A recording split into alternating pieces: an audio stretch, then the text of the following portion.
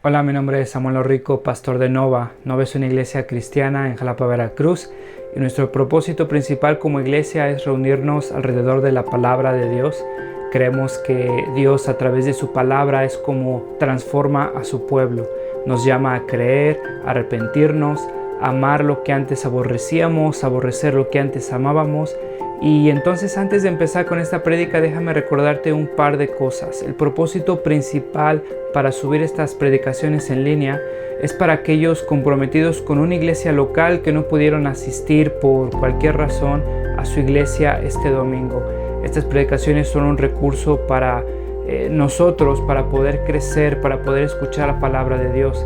Sin embargo, creemos que un cristiano no puede existir sin una iglesia.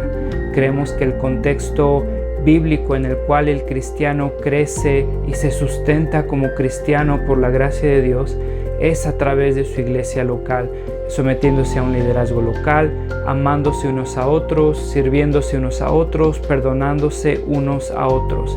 Un cristiano no puede vivir su vida cristiana simplemente consumiendo predicaciones en una pantalla de su televisión, de su computadora. Entonces te animamos a comprometerte con una iglesia local. Si no pudiste asistir a una iglesia este domingo, nos da gusto que estés viendo este video. Disfrútalo, nuestra oración es que te sea de bendición. Sin embargo, si no te has comprometido con una iglesia local, mi oración es que puedas comprender que el amor de Dios se refleja en medio de su pueblo, mostrándose en la iglesia local. Nuestra oración es que Dios siga transformando nuestro país, que el Evangelio siga siendo proclamado, que la sana doctrina siga expandiéndose en nuestras iglesias y cada vez más cristianos podamos adorar a ese Dios soberano que nos ha mostrado su gracia a través de Cristo a pesar de lo que somos. El día de hoy es un día especial para la iglesia, es un día importante para nosotros, para mí. Los niños que estuvieron en la escuela dominical durante el año van a pasar al siguiente año y lo que queremos hacer es presentarles el trabajo que han hecho. Hay algunos niños prepararon un poco del evangelio, de lo que han estado viendo este año, y entonces quiero darle tiempo a ellos para que puedan hacerlo, y quiero celebrar con ustedes lo que ha estado pasando este año en la escuela dominical. Mi oración, en serio, mi oración es que las predicaciones tengan fruto en nuestras vidas y podamos ver la necesidad, podamos ver lo que Dios está haciendo entre los niños y podamos, como buenos administradores, sentir el gozo, la responsabilidad de estar involucrados en este tipo de ministerios, ¿sale? Entonces, después de la predicación vamos a pasar a la cena del Señor y después va a haber ahí una presentación de lo que ha estado pasando en la escuela dominical de los niños, ¿sale? Déjenme entonces empezar con una corta oración. Padre, te ruego por este tiempo. Padre, gracias por tu palabra. Señor, sé glorificado. Padre, que tú seas en nosotros, en medio de cualquier circunstancia, sosteniéndonos y produciendo, Padre, en nosotros lo que somos incapaces de producir y lo que solo tú puedes hacer posible. Mi Dios, te ruego esto en Cristo Jesús. Amén. No sé cuántos de ustedes han recibido algo de oro, un arete, un anillo, un brazalete. Mi pregunta es, ¿cómo sabes si es de oro? Tal vez te chorearon que era de oro, tal vez tu esposo o tu novio te choreó que era de oro, te sorprendió, pero ¿cómo sabes que es de oro? ¿Cómo sabes que esa cosa que tienes en verdad está hecha de oro? Ahora, ve a tu casa y ahorita vas a probar si lo que te regaló tu esposo es de oro, ¿no es cierto? No, pero te voy a dar por lo menos 3 formas caseras de ver si lo que tienes que piensas que es oro es de oro, ¿sale? ¿Cómo identificas el oro? La primera es echándole limón. Espera ahí un minuto, después con un paño blanco claro, lo frotas, lo limpias, te das cuenta ahí en el paño, si el paño tiene negro, es óxido, significa que no está hecho de oro, significa que te chamaquearon, que hay explicaciones por dar. La segunda, en un baño de vinagre, echas vinagre con un poco de agua, pones ahí tu anillo por 15 minutos y te vas a dar cuenta si el anillo se oscurece. Si el anillo cambia de color, si el anillo tal vez se torna verdoso o café, te vas a dar cuenta que no es de oro. La tercera es si tienes ahí tu anillo de oro y lo acercas al fuego por un minuto, no te preocupes. Si es oro no le va a pasar nada, ahí un minuto puede estar. Si se oscurece, si se calienta, si se empieza a deshacer, no es oro. Ahora, esto es como podemos saber si lo que tenemos es oro. ¿Cómo sabemos si los que vienen a Nova son cristianos? ¿Cómo sabemos si la fe que profesamos es verdadera? Lo que Pedro nos va a estar diciendo en este pasaje, nos va a estar diciendo que el sufrimiento prueba al creyente. El sufrimiento prueba al creyente. Y entonces el creyente pasa a través del sufrimiento. Y entonces la prueba del sufrimiento confirma o niega al creyente. Y entonces fíjate, vamos a ver 3 puntos bien fáciles. Vamos a ver entonces una promesa, una advertencia y una recompensa. Una promesa, una advertencia y una recompensa. Quiero que vayas conmigo al primer punto, a la promesa que Pedro nos da. Y la promesa que Pedro nos da no es tal vez como tú o como yo hemos escuchado promesas en iglesias cristianas tal vez. La promesa que Pedro nos da es que el cristiano sí o sí va a sufrir por su fe. Esa es la promesa que Pedro le está dando a los creyentes en este tiempo. ¿Recuerdas lo que ha estado pasando en la iglesia? Ellos están siendo perseguidos precisamente por su fe y por obedecer y por tratar de agradar a Dios. No a pesar de ser obedientes, sino porque han sido obedientes, han sido rechazados por el mundo. Ahora, Pedro es la última vez que les va a hablar a los cristianos acerca del sufrimiento. La semana que viene vamos a cerrar la epístola y le va a estar hablando a los ancianos y les va a encarecer que cuiden al rebaño que se les ha dado. Ahora, esta es la última predicación que Pedro le está hablando directamente a la iglesia. Esta es la última predicación en la cual Pedro les va a estar mencionando acerca del sufrimiento. Y como son las últimas palabras de Pedro les recuerda lo que han visto anteriormente desde el capítulo 1 y les va a decir la promesa que tiene el cristiano en este mundo. Y la promesa es que el cristiano va a sufrir. Si te sentías deprimido el día de hoy, tal vez estarás pensando, híjole, ¿para qué vine a la iglesia? Esa es la promesa que te está dando Pedro. Fíjate el versículo 12.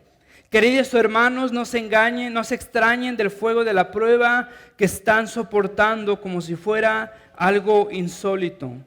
Quiero que te des cuenta del amor pastoral de este Pedro. Por ejemplo, la Reina Valera dice amados, la Nueva Versión de las Américas dice amados o queridos. Queridos hermanos. Es la última vez que va a hablar con esos creyentes y Pedro tiene un corazón pastoral. ¿Te acuerdas cómo era Pedro? Duro, tosco, sin un filtro tal vez en lo que decía. Dios ha trabajado en su corazón. En este momento tiene un corazón pastoral. Va a hablar con los creyentes y les dice, queridos hermanos, los está preparando para sentarlos y para decirles una dura verdad. para ser honesto con ellos. Los está sentando y les está diciendo que son queridos. Y como son queridos necesitan escuchar la verdad. Y la verdad es que hay sufrimiento en la vida del creyente. No se extrañen del fuego de la prueba que están soportando. No se extrañen. Describe una reacción a algo insólito, algo jamás visto. No se maravillen. No se sorprendan como si el sufrimiento fuera algo exterior a la vida cristiana. Pedro les está diciendo, no se sorprendan de estar sufriendo como si fuera algo insólito en el creyente, como si fuera algo el sufrimiento, como si fuera algo que no perteneciera a la vida del creyente. No se sorprendan, no se maravillen. No piensen que es algo nuevo que ha pasado en la vida del creyente, ni es algo nuevo que ha pasado en la iglesia, ni eres la primera persona que ha sufrido por la fe. Muchas veces cuando sufrimos, cuando pasamos por algo que muchas veces nunca nos imaginamos pasar, orábamos a Dios por librarnos, que nos hiciera pasar por ese momento en medio de esa aflicción. No sé si alguna vez has dicho, ¿por qué Dios? ¿Por qué Dios? ¿Por qué a mí? Y la pregunta que Pedro te está haciendo es, ¿y por qué no? ¿Y por qué no tú? El sufrimiento es parte de la vida del cristiano.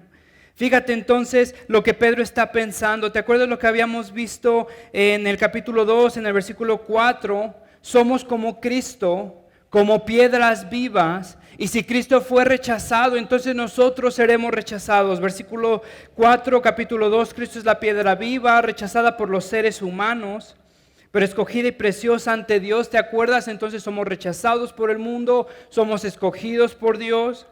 Al acercarse a Él, también ustedes son como piedras vivas, como escogidas como por Dios, rechazadas por el mundo, con las cuales se está edificando una casa espiritual. En otras palabras, si Cristo fue rechazado y si Cristo sufrió ese rechazo por su fe y por el amor al Padre, ¿qué te hace pensar, cristiano, que tú no sufrirás lo que Cristo sufrió?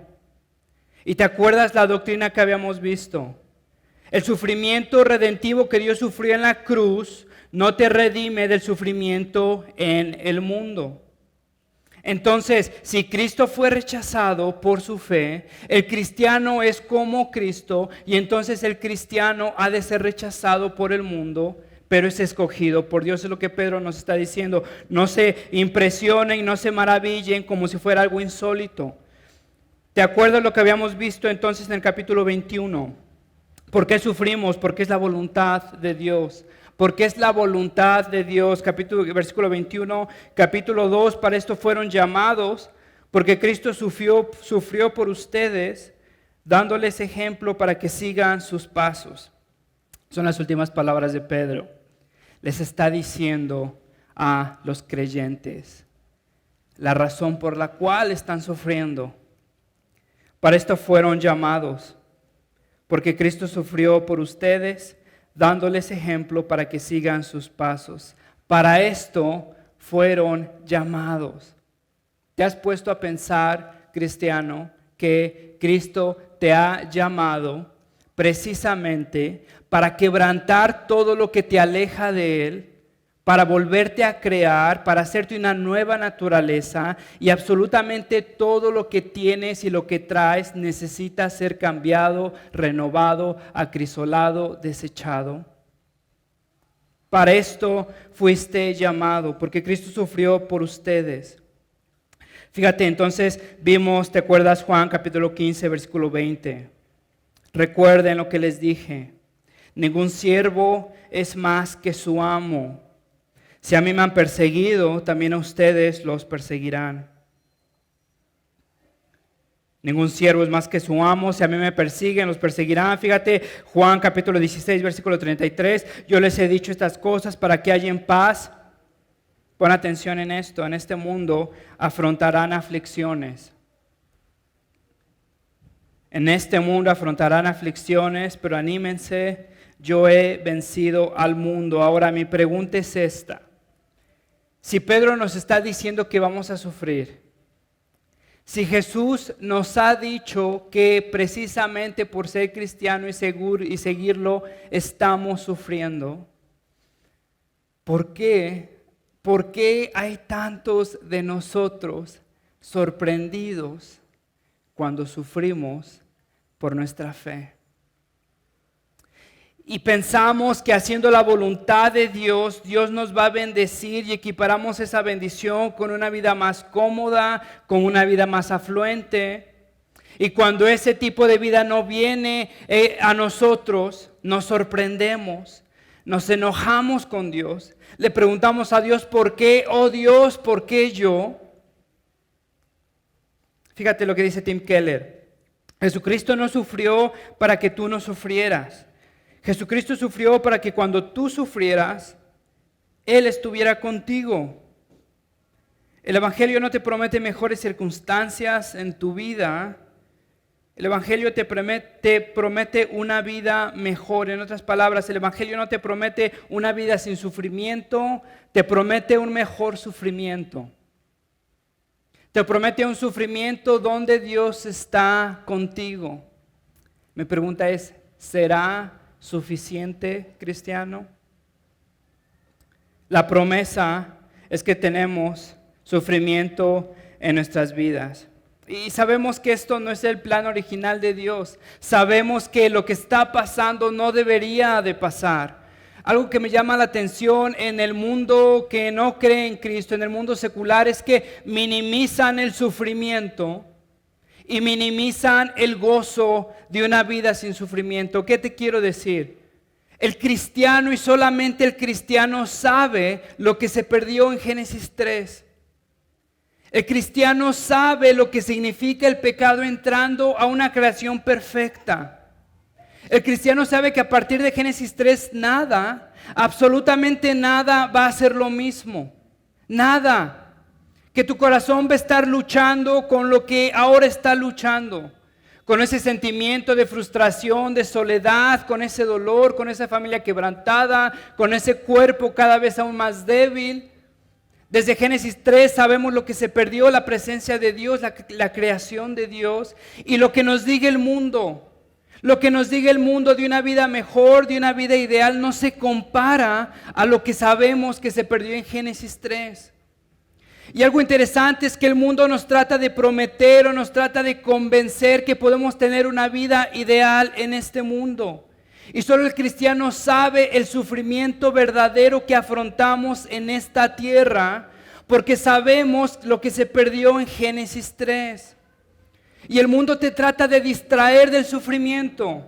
El mundo te trata de hacer evitar el sufrimiento en tu vida. La realidad es que vamos a atravesar sufrimiento de una forma u otra. Y la realidad es que vas a morir probablemente en dolor. La realidad es que probablemente vas a morir tratando de jalar aire. Vas a morir probablemente en un colchón orinado donde estás tú y estás muriendo. Pero lo que estamos acostumbrados a pensar es a sentir incomodidad de eso, a ofendernos de la realidad de lo que vamos a experimentar, porque el mundo nos está tratando de convencer que podemos tener una vida ideal. El cristiano y solamente el cristiano puede afrontar ese sufrimiento. Honestamente, sabemos lo que se perdió en Génesis 3 y sabemos lo que Dios va a recuperar en Apocalipsis 21. Fíjate lo que dice Apocalipsis 21. Él les enjugará toda lágrima de los ojos. Ya no habrá muerte, ni llanto, ni lamento, ni dolor, porque las primeras cosas han dejado de existir. Es el Señor Jesucristo sentándose en su trono, reclamando el shalom, sentándose como soberano y arreglando todo lo que echamos a perder. El cristiano no necesita distraerse con mentiras, con paliativos. El cristiano necesita reconocer la verdad que tenemos sufrimiento en este mundo y vamos a experimentar sufrimiento y vamos a vivir en sufrimiento. Y esa realidad no nos deprime. Esa realidad no nos lleva a la frustración. Esa realidad no nos lleva a la desesperanza. No necesitamos paliativos. Necesitamos la esperanza que Dios nos da. Cristo lo va a componer, pero la realidad es que ahora estamos enfrentando sufrimiento. Y Dios es quien lo redime para nuestro bien. Fíjate, no se sorprendan por el fuego de la prueba que están soportando. Quiero que pongas atención en esa palabra, prueba. No se sorprendan por el fuego de la prueba que están soportando. Ve cómo aparece en Primera de Pedro, capítulo 1, versículo 7. Hasta ahora han tenido que sufrir diversas pruebas por un tiempo. Y nos empieza a hablar del oro, aunque perecedero, se acrisola por el fuego. Santiago capítulo 1 versículo 2, fíjate cómo lo dice: hermanos míos, considérense muy dichosos cuando tengan que enfrentarse con diversas pruebas. Algo interesante es que esta palabra prueba es la que aparece en Mateo capítulo 4 versículo 1, cuando Jesús es llevado al desierto. Y fíjate cómo lo traduce la Nueva Versión Internacional. Dice: luego el Espíritu llevó a Jesús al desierto para que el diablo lo sometiera a tentación. Algo interesante de esta palabra, es la misma palabra. Y cuando se usa por Dios, siempre vas a ver que aparece probado. Y cuando se usa por Satanás o por el enemigo, siempre vas a leer que se traduce tentación. Es la misma palabra, es el mismo sufrimiento, es el mismo dolor. Es la misma oportunidad de pecar o de probarte. Esta palabra tiene la idea de fortalecer, de disciplinar. Cuando una persona va a llegar a la Marina en Estados Unidos, tiene que ir por un entrenamiento, por una disciplina, y el objetivo de eso no es matarlo. El objetivo de eso no es deshacerse de él. El objetivo de eso es fortalecerlo, disciplinarlo, probarlo, y ver si esa persona puede ser un soldado o no. Y entonces quiero que te des cuenta de lo que Pedro nos está diciendo. La misma palabra que aparece ahí, aparece en Mateo, y es la misma palabra que Pedro está describiendo para nuestras pruebas. Es el fuego de la prueba, el fuego del entrenamiento o el fuego del acrisolamiento. Algo interesante. ¿Te acuerdas cuando estábamos hablando del anillo de oro, cuando lo ponemos en vinagre, cuando lo ponemos en fuego? Todo lo que pasa ahí es lo que pertenece al anillo. Todo lo que pasa en el fuego, todo lo que se oscurece es la basura que nos sirve en el anillo. Lo que Pedro nos está diciendo es que el sufrimiento prueba al cristiano. El sufrimiento confirma al cristiano, el sufrimiento reprueba al incrédulo. Tenemos una promesa, tenemos una advertencia. Versículo 15, que ninguno tenga que sufrir por asesino, ladrón o delincuente, ni siquiera por entrometido. El primer punto, entonces, vemos que el sufrimiento prueba al cristiano. El segundo punto, en la advertencia, vemos que el sufrimiento confirma al incrédulo. El sufrimiento confirma al cristiano, el sufrimiento confirma al incrédulo. Fíjate que ninguno tenga que sufrir por asesino, ladrón o delincuente, ni siquiera por entrometido. Te hago una pregunta: ¿por qué estás sufriendo?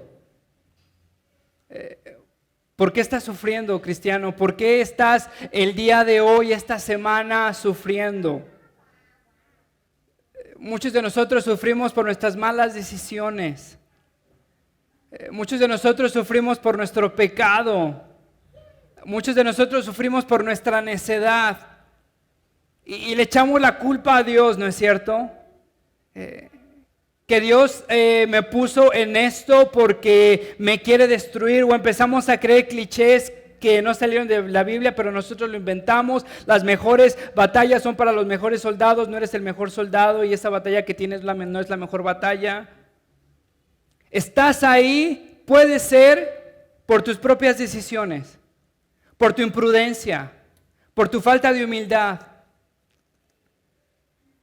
El sufrimiento prueba al cristiano, el sufrimiento confirma al incrédulo, que ninguno tenga que sufrir por asesino, ladrón o delincuente, ni siquiera por entrometido.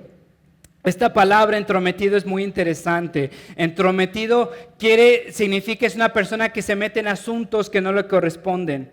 Una persona que se mete donde no lo llamaron. Pedro está describiendo a un cristiano entrometido. Pedro está describiendo a un cristiano que se trae sufrimiento a él mismo por ser entrometido. Fíjate cómo lo traduce la Nueva Versión Internacional, la Nueva Versión de las Américas o la Reina Valera, ni por meterse en asuntos ajenos. Te voy a leer una cita de un comentarista y fíjate cómo se entiende esta palabra. Este tipo de actitud, el de un entrometido, es el que censura el comportamiento de extraños basándose en pretensiones de una moralidad superior, interfiere en relaciones familiares, fomenta el descontento y la discordia doméstica.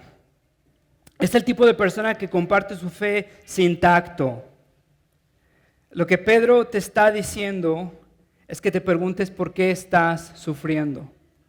Tal vez estás sufriendo no por hacer la voluntad de Dios, sino porque tú solo te traes el sufrimiento. Esta persona se la pasa censurando el comportamiento de extraños a base de pretensiones. Es una cita de J.H. Elliot, un comentarista de una serie de comentarios de 1 de Pedro. Se la pasa juzgando a las personas.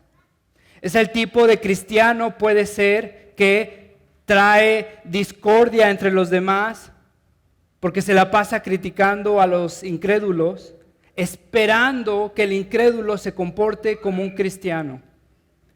Y es tal vez el tipo de cristiano que nadie quiere, tal vez en redes sociales. No porque vive piadosamente, sino porque vive basado en una idea de superioridad moral que se la pasa juzgando a los demás. Esta persona interfiere en relaciones familiares, fomenta el descontento y la discordia doméstica. Tal vez es este tipo de persona que está sufriendo dentro de su casa, no porque vive como cristiano, sino porque trata de imponer sus propios estándares que no son cristianos a todos los que viven junto con él. Y fomenta discordia, fomenta división, basado en superioridad moral, se trae sufrimiento a él mismo. Y entonces puede ser que dentro de su corazón está pensando, pobre de mí, mi familia no me quiere, mi familia me está persiguiendo, cuando lo que está pasando verdaderamente es que esta persona es entrometida. Esta persona, tal vez esa persona que comparte su fe sin tacto. ¿Has visto personas que comparten su fe sin tacto? Es rechazada por el mundo. Ya déjate el mensaje es ofensivo en sí mismo. Esta persona le echa candela al mensaje, esta persona le echa más ofensa a la ofensa del evangelio. Y es rechazado por compartir el evangelio sin tacto, es perseguido por eso.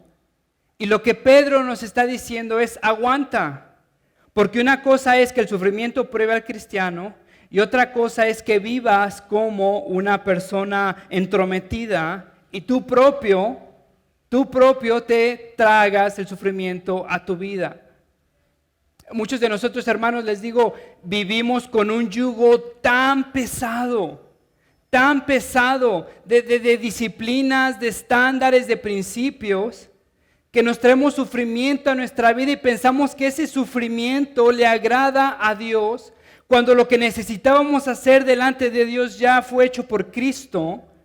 Y en vez de descansar en esa gracia y que esa gracia nos transforme, pensamos que sufriendo y hacer a nuestra familia sufrir es como aseguramos redención delante de Dios. Fíjate lo que Pedro nos está diciendo. El sufrimiento confirma al cristiano. El sufrimiento niega al incrédulo, que ninguno tenga que sufrir por asesino, por ladrón, por delincuente, ni siquiera le está hablando a los cristianos, por entrometido. La pregunta entonces que te quiero hacer, ¿por qué estás sufriendo? Esta semana, ¿por qué sufriste? Fíjate el 17, una vez más el sufrimiento confirma al cristiano, porque es tiempo de que el juicio comience con la familia de Dios y se comienza por nosotros. ¿Cuál no será el fin de los que se rebelan contra el evangelio? En otras palabras, el cristiano sufre, el sufrimiento confirma al cristiano y Dios empieza a confirmar o a juzgar a su creación por su iglesia a través del sufrimiento. Porque es tiempo que el juicio comience por la familia de Dios. A través del sufrimiento nos confirma. El sufrimiento marca al cristiano. Fíjate entonces, déjame terminar con la recompensa. Vemos la promesa de sufrimiento, vemos la advertencia y vemos la promesa, versículo 13. Al contrario, alégrense de tener parte de los sufrimientos de Cristo, para que también sea inmensa su alegría cuando se revele la gloria de Cristo.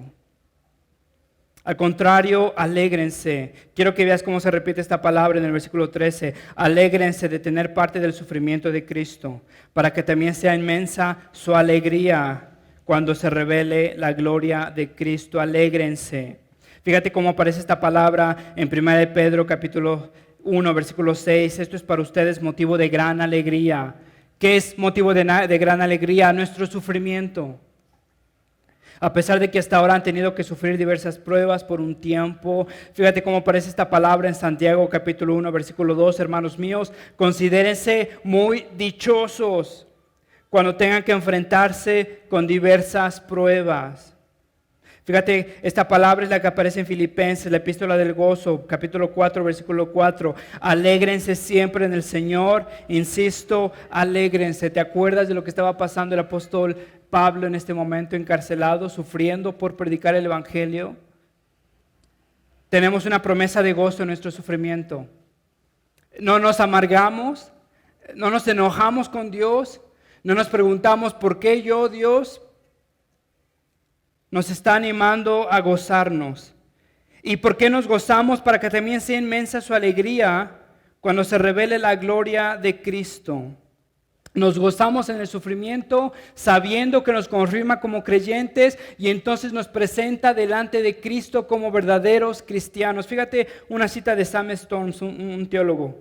El gozo no es necesariamente la ausencia de sufrimiento, es la presencia de Dios. Otra vez te lo repito, el gozo no es necesariamente la ausencia de sufrimiento, es la presencia de Dios. Y quiero que pienses en esa cita por lo menos esta semana, lo que Pedro te está diciendo. Llegas a pensar que el problema es tu situación. Llegas a pensar que el problema es dónde vives. Llegas a pensar que el problema de tu falta de gozo es tu sueldo, es tu familia, es tu esposo, es tu esposa, son tus hijos. Y llegas a imaginarte que si pudieras cambiarte a otra ciudad, llegas a pensar que si pudieras tener otro empleo, llegas a pensar que si pudieras tener otro sueldo. El gozo no es necesariamente la ausencia de sufrimiento, es la presencia de Dios y es lo que nos dice en el versículo 14. Fíjate, dichosos ustedes si los insultan por causa de Cristo. Pon atención, porque el glorioso Espíritu de Dios reposa sobre ustedes. Nos está diciendo que tenemos alegría, nos está diciendo que somos dichosos. ¿Sabes? La palabra para dichoso en este versículo 14 aparece en Mateo 5 y aparece en el Sermón del Monte y aparece en las bienaventuranzas. Si te acuerdas cómo empieza cada bienaventuranza, bienaventurado. Y sabes, la palabra para eso es Macario y describe a una persona que está sumamente gozosa. No está describiendo una felicidad temporal o pasajera. Está describiendo lo que Pablo dice en Filipenses, ese gozo y esa paz que excede todo entendimiento. Porque nuestro sufrimiento, en nuestra falta de comodidad, somos acompañados por Dios. Y entonces somos dichosos porque ponemos nuestra esperanza en aquello que nos ha prometido Dios. No ponemos nuestra esperanza en una comodidad, en una casa, en un mejor X o Y. Vivimos dichosos, aunque nos insulten, porque el Espíritu de Dios reposa en nosotros. Versículo 16. Pero si alguien sufre otra vez por ser cristiano, que no se avergüence, sino que alabe a Dios por llevar el nombre de Cristo. Otra vez te lo repito, el sufrimiento prueba al cristiano y lo confirma. El sufrimiento confirma al incrédulo. El sufrimiento prueba al cristiano, lo confirma. El sufrimiento prueba al incrédulo y lo rechaza, lo confirma como incrédulo. Lo que hemos visto en las semanas, todas estas semanas, Pedro nos los está repitiendo. El cristiano es aquel que sigue a Cristo por Cristo. El cristiano es aquel que sigue a Dios y su voluntad, aunque le traiga sufrimiento a su vida. El sufrimiento en la vida del cristiano no es un impedimento para adorar a Dios, para seguir a Dios. Si alguien sufre por ser cristiano, no se avergüence, sino alabe a Dios por llevar el nombre de Cristo. Déjame terminar con este versículo ya. Versículo 19. Así pues, los que sufren según la voluntad de Dios, entréguense a su fiel Creador y sigan practicando el bien. Date cuenta cómo lo describe. Los que sufren haciendo la voluntad de Dios. Pregúntate por qué estás sufriendo y no le eches la culpa a Dios por tu sufrimiento. Los que sufren haciendo la voluntad de Dios, entréguense a su fiel Creador y sigan practicando el bien.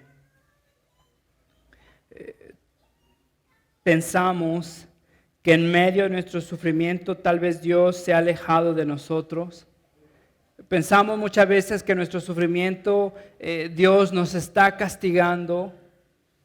Pensamos en tiempos de sufrimiento, de soledad, en tiempos de aflicción, que Dios no está con nosotros. Date cuenta lo que nos dice aquí. Los que sufren, entréguense a su fiel Creador. Entréguense. Y esta palabra denota dar algo de cuidado a una persona que es capaz de protegerlo. Esta palabra es la misma palabra que aparece en 1 Pedro capítulo 5, cuando dice, entonces entregamos nuestras aflicciones a Dios porque Él cuida de nosotros. Le entregamos a Dios lo más precioso que tenemos, sabiendo que Él cuida de nosotros en medio de nuestro sufrimiento. Aunque nuestra obediencia traiga aflicción a nuestras vidas, aunque precisamente por ser obedientes sufrimos, Pedro nos está diciendo que nos entreguemos a nuestro fiel Creador. ¿Por qué nos vamos a entregar a Él? Porque Él es fiel. Entregamos a Él nuestra vida, nuestros anhelos, nuestra familia, en medio del sufrimiento. Aquellos que tengan el pesar de alimentar a su familia, de traer dinero a su familia. Quiero que pongas atención en este versículo. Entrégate a Él, entrega tus preocupaciones, entrega lo más precioso que tengas, tu familia, tus hijos, tu bienestar, confiando que Él es fiel, sufriendo por hacer lo correcto. Y sigue practicando el bien, aunque tu obediencia traiga aflicción, aunque tu obediencia traiga sufrimiento, aunque tu obediencia traiga menos chamba.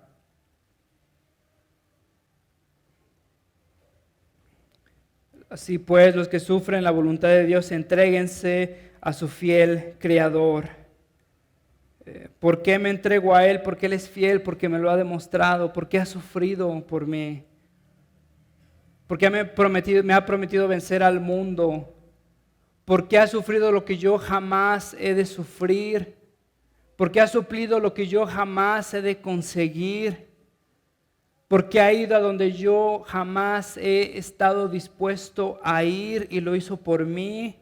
A pesar de lo que soy, puedo confiar en mi fiel Creador para hacer el bien, para seguir haciendo el bien en medio del sufrimiento. Hermanos, honestamente no sé dónde van a estar ustedes la próxima semana. No sé dónde voy a estar yo la próxima semana. No sé lo que Dios nos vaya a traer en nuestra vida.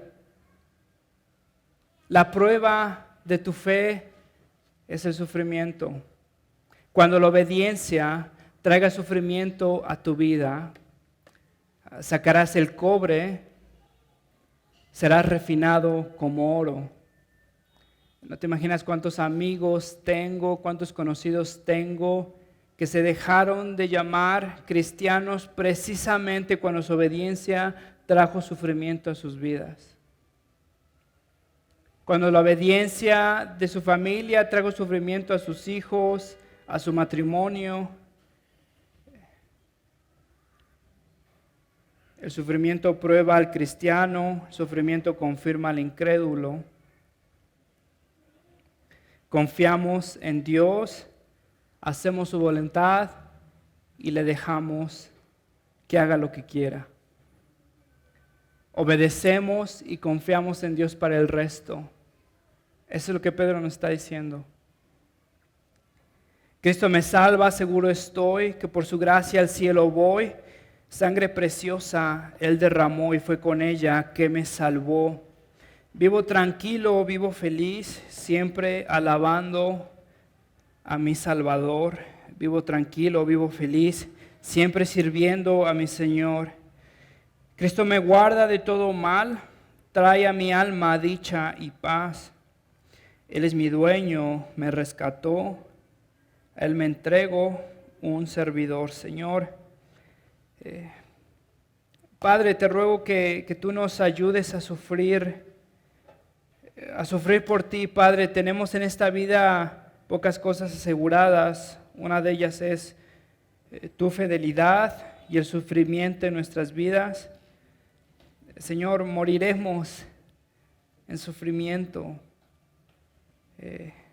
la mayoría de nosotros. Te ruego, Padre, que tu gracia sea suficiente en nuestras vidas. Señor, que poco a poco nos destetes de esa necesidad de comodidad, de entretenimiento, esa comodidad de distraernos de la realidad en la cual vivimos. Mi Dios, te ruego que nos fortalezcas para afrontar el sufrimiento, para vivirlo honestamente, reconociendo la fealdad de una naturaleza caída, esperanzados, mi Dios, que tú vas a componer todo y viviendo obedientemente en esta vida, obedeciendo aún a pesar del sufrimiento, sabiendo que tenemos una recompensa más grande que este sufrimiento. Mi Dios, te suplico que sigas obrando en nuestras vidas, en nuestra iglesia. Padre, que levantes aún en estos niños y en estas niñas, mi Dios, hombres y mujeres valientes, Padre, que aman tu palabra, que aman tu gloria, que están dispuestos a hacer cosas que el mundo considera locas, ridículas, porque confían que tus promesas son aún más verdades que promesas de redes sociales y de animadores. Padre, te ruego que tú seas con nosotros, mi Dios, te lo suplico en Cristo Jesús. Amén.